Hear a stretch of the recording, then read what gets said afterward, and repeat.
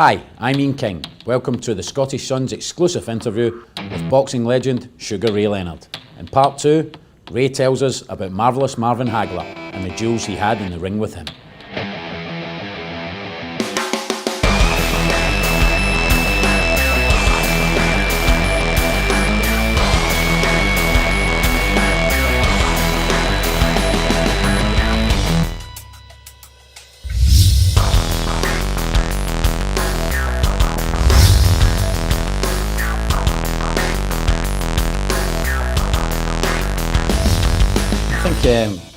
There's iconic figures in sport and that sometimes have a bit of ill feeling from one guy to the other, and I always felt Marvin Hagler had a bit of ill feeling, that he might have thought you were a pretty boy, that he might have wanted to mess you up a bit. Did you find that in the relationship with him?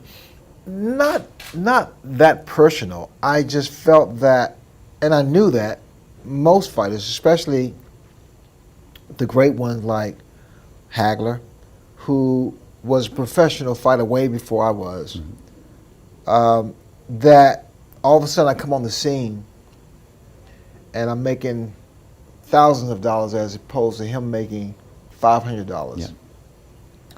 I think his first professional fight he made between $300 and $500. I may be off, but it's close. And I made $50,000. And I think there was a bit of resentment that he held against me. Understandably so, because he was there for, again, before I was. Yeah. But you had the endorsements and the image and all that. And yeah. Also, I had the exposure from the Olympics. I was, it was shown all over the world. So the exposure factor was major in my corner. Take us inside the ring with him. What was he like to fight against? Marvelous Marvin Hagler. And the fighter, he was the best. I consider him one of the best middleweight champions by far. And that's up there with Sugar Ray Robinson, which says a lot. Hagler was ambidextrous. He could knock you out with either hand, strong, always in shape. If you respect anything about Marvin Hagler, it was the fact that he was always in shape, 100% of the time, every time. Every time he was in the gym, in the ring, he was in tremendous shape, and you can never count him out. That's what I always respected about Marvin, that he was so determined. What do you remember about the fight with him? What was the outstanding memory of that fight with him? The thing that sticks out of my mind was, after one fight in a 5-year hiatus, that my hand speed was still there, was still present. And that my foot movement was ideal, because it kept him, I was able to stay away from him. And going to the later rounds, actually in like 6th, 7th, 8th round, I was exhausted because of the pace we had. And again, I've been on the ring for so long that you kind of lose that second win that you normally have.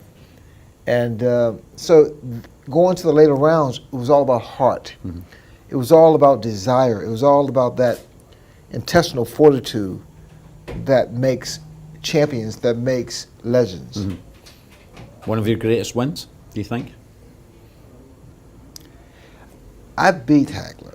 But then again, it's subjective. If you look at the fight and you say, well, he was aggressive.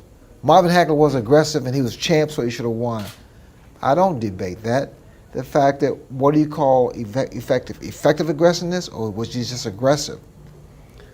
But I don't really care, because I went the distance with Marvin Hagler. And coming back after a first attempt to try to resume my career, I got stopped. I got knocked down by Kevin Howard, my fight prior to him. I thought I won the fight in the people's eyes.